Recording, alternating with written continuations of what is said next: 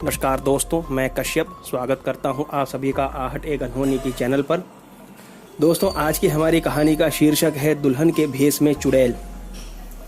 दोस्तों, ये कहानी हमें भेजी है मुकेश जी ने, जो दिल्ली के रहने वाले हैं।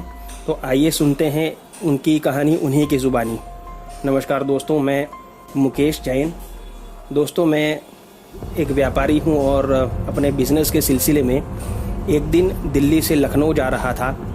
दिल्ली और लखनऊ के बीच का हाईवे काफ़ी अच्छा होने की वजह से मैं अपने घर से रात को ही निकला था, क्योंकि मैं रात की ट्रैवलिंग ही पसंद करता हूं। जब मैं मुरथल के करीब पहुंचा, तब मैंने देखा कि एक दुल्हन के लिबास में एक औरत रोड के बीचों बीच खड़ी थी और उसी के पास में एक एक्टिवा थी जो उल्टी पड़ी हुई थी। तो मुझे लगा कि शायद इनका कोई एक्सीडेंट हो गया होगा। तो मदद करने के लिए मैंने अपनी गाड़ी साइड में लगाई और मैं उनके पास गया और मैंने उनसे पूछा कि क्या हुआ मैडम, आपका कोई एक्सीडेंट हो गया? तब उस औरत ने मुझे कहा कि जी भाई साहब, मेरा एक्सीडेंट हो गया है छोटा सा, लेकिन आप टेंशन ना लें, मेरे हस्बैंड अभी आते ही होंगे। तो मैंने उनसे कहा कि जी आपने मुझे मदद के लिए नहीं बुलाया, लेकिन फिर भी बहन जी, आजकल किसी का भरोसा नहीं कर सकते और वो भी इतनी रात में हाईवे पर। तो आप एक बार अपने हस्बैंड को फ़ोन कर लीजिए मेरे सामने, वो कितनी देर में आते हैं उसके हिसाब से मैं चला जाऊंगा। तब उसने अपने हस्बैंड को फ़ोन लगाया और थोड़ी दूर चली गई बात करने के लिए। बात करके जब वो वापस आई तो उसने मुझसे कहा कि मेरे हस्बैंड ने कहा है कि मैं आपके साथ में ही गाड़ी में बैठकर थोड़ा दूर आगे चली जाऊं हाईवे पर, वहीं पर वो मुझे पिक कर लेंगे और मैं अपने गांव चली जाऊंगी। तो मैंने कहा कि और बहन जी ये एक्टिवा? तो उन्होंने कहा कि एक्टिवा तो आ जाएगी, आप उसकी चिंता ना करें। तो मैंने उनसे कहा ठीक है, बैठिए, मैं आपको छोड़ देता हूँ।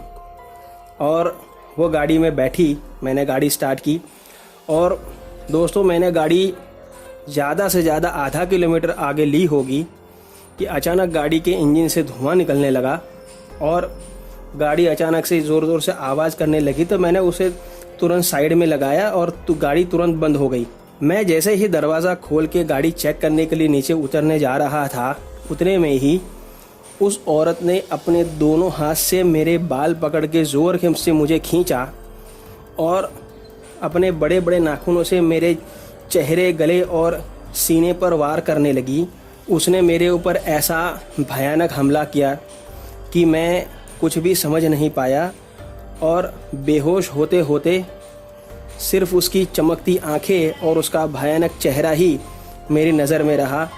उसके बाद मेरे साथ क्या हुआ मुझे कुछ नहीं पता।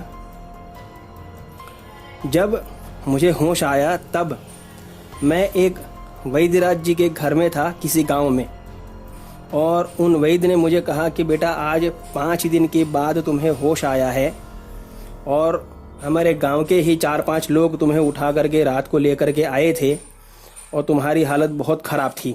जब उन लोगों को वैद्य ने सूचना दी कि मुझे होश आ गया है, तब वो लोग भी मुझे देखने के लिए आए। तब उन लोगों ने मुझे कहा, जब हम लोग बारात से लौटकर घर आ रहे थे खेत के रास्ते पर, तब हमने देखा कि कोई औरत किसी चीज़ को घसीटती हुई लेके जा रही है खेत के रास्ते से। तब हमें लगा कि शायद कोई चोर होगी, तो हम उसके ऊपर चिल्लाए तो वो हमारे सामने दौड़ने लगी हमारे तरफ। तो हम भी उसके तरफ दौड़े और तभी अचानक वो गायब हो गई। तब हमें लगा कि ये कौन सा सामान लेकर के जा रही थी, इसलिए हमने दौड़ करके देखा तो आपकी बॉडी वहाँ पर पड़ी हुई थी। और पहले तो यही लगा कि आप मर चुके हैं, लेकिन फिर देखा कि आपकी सांसें चल रही हैं, तो हम आपको सीधा उठा करके वैद्य जी के पास में ले आए। वैद्य जी ने मेरा अच्छा इलाज किया और उन्होंने मुझे कहा कि बेटा, अभी कुछ दिन और यहाँ पर रुक जाओ, उसके बाद में ही अपने घर जाना, नहीं तो रास्ते में तुम्हें फिर से तकलीफ़ हो सकती है। मैंने अपने घर के लोगों को कॉल करके बताया कि मेरा एक्सीडेंट हो गया था और अभी मेरी हालत काफ़ी ठीक है और मैं एक गांव में रुका हुआ हूं जिन लोगों ने मेरी जान बचाई है। मैं कुछ दिन के बाद में वापस आ जाऊंगा। और मैंने जानबूझ करके उनको नहीं बताया कि मैं कौन से गांव में हूं, वरना वो लोग दौड़े आते और मैं नहीं चाहता था कि कोई आए, क्योंकि मुझे गांव में रहना अच्छा लग रहा था। मैं जब होश में आया उसी दिन शाम को वैद्यराज जी ने मुझे बाहर के खाट पर बिठाया था और जैसे ही अंधेरा हुआ मेरी नज़र अचानक मेरी कार के पास गई और मैंने उस औरत को मेरी कार के आसपास मंडराते हुए देखा और मैं समझ गया था कि ये चुड़ैल है और वो मेरे सामने देख कर के डरावनी हंसी हंस रही थी। मैं तुरंत चिल्लाने लगा। वैद्य जी और उनके सारे घर के लोग दौड़ के आए। उन्होंने मुझसे पूछा कि क्या हुआ। मैंने उनसे कहा कि वैद्य जी मैंने फिर से उसी औरत को मेरी कार के पास में देखा है।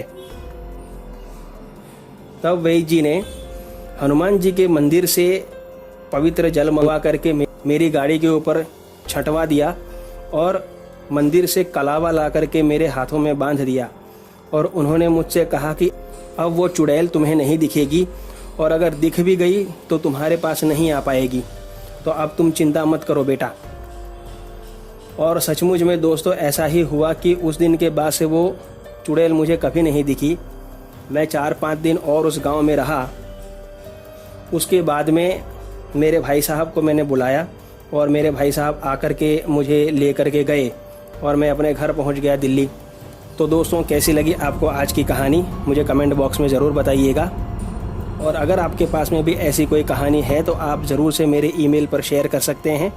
मेरा ईमेल मैंने डिस्क्रिप्शन बॉक्स में दिया हुआ है। और अगर कहानी पसंद आई हो तो लाइक और सब्सक्राइब करना ना भूलें। तो मिलते हैं अगली कहानी में, तब तक stay home, stay safe. Thank you.